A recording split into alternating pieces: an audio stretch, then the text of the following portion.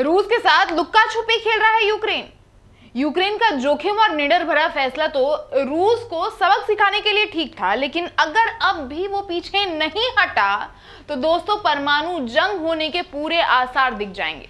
दोस्तों, रशिया की जलन के आंसू से फूटा ये जंग का ये सिलसिला क्या अब यूक्रेन शांत कर पाएगा? क्या लगता है यूक्रेन का निडर और जोखिम भरा कदम रूस के जमीन पर कब तक टिका रह पाएगा? आइए जानते हैं क्या है पूरा मसला इस वीडियो में, तो वीडियो को पूरा जरूर देखिएगा। नमस्कार, सलाम, सत श्री अकाल। आप देख रहे हैं द कंटाप और मैं आपके साथ गेटी भागे। दोस्तों, यूक्रेन के विदेश मंत्रालय ने ऐलान किया है कि उसकी सेना ने रूस के जिन इलाकों पर कब्जा किया है उन पर स्थायी कब्जे की कोई मंशा नहीं है। लेकिन इस बयान के बावजूद यूक्रेन के सामने एक मुश्किल चॉइस है कि अब अपनी फौज या तो वो वापस बुला ले या रूस पर दबाव डालने के लिए उसे वहीं पर जमा रहने दे। हर दिन रूसी ड्रोन्स, मिसाइलों और ग्लाइड बमों से यूक्रेन को फ्रंटलाइन टुकड़ियों से परेशान होना पड़ रहा है। लेकिन इस बयान के बावजूद यूक्रेन के सामने एक मुश्किल चॉइस है कि या तो अब वो अपनी फौज को वापस बुला ले या रूस पर दबाव डालने के लिए उसे वहां पर ही जमा रहने दे, आप कह लें। हर दिन रूसी ड्रोन्स, मिसाइलें और ग्लाइड बमों से यूक्रेन की फ्रंट लाइन टुकड़ियां परेशान थी। यूक्रेन की सेना फ्रंट को छोड़ पीछे हट रही थी। ऐसे में निराशा भरे माहौल में यूक्रेन को किसी अच्छी खबर की बेताबी से इंतजार था। आपको बता दें कि अपना नाम ना बताने की शर्त पर एक वरिष्ठ ब्रितानी मिलिट्री अधिकारी ने बीबीसी को एक इंटरव्यू दिया और उसमें उन्होंने बताया कि इस हमले की सबसे दिलचस्प बात यूक्रेनी सेना के अलग अलग अंगों के बीच बेजोड़ समन्वय यानी यूनिटी है। पैदल फौज के साथ साथ एयर डिफेंस, इलेक्ट्रॉनिक वॉरफेयर और तोपखाने ने भी इस ऑपरेशन में हिस्सा लिया। ये अपने आप में एक बड़ी उपलब्धि है।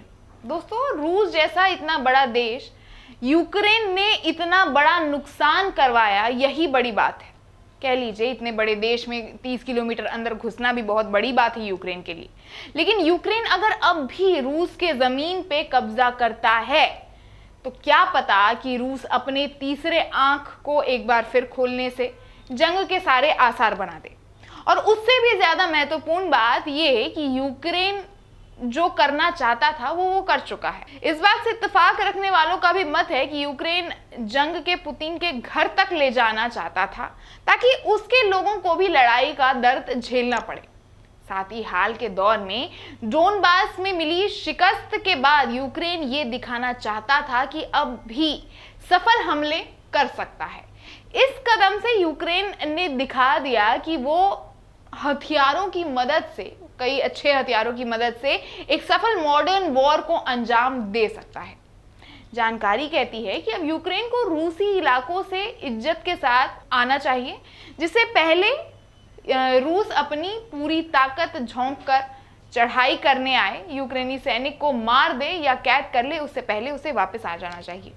लेकिन अगर यूक्रेन की सेना पीछे हटी तो उसके दो लक्ष्यों की पूर्ति नहीं होगी। ये दो लक्ष्य होंगे, रूस पर इतना दबाव बनाए जाए कि वो डोनबास से अपने कुछ सैनिकों से पीछे हटाए, और दूसरा कि रूसी जमीन पर कब्जा कर उसे भविष्य की शांति बर्ताव में अपने पक्ष में इस्तेमाल किया जाए।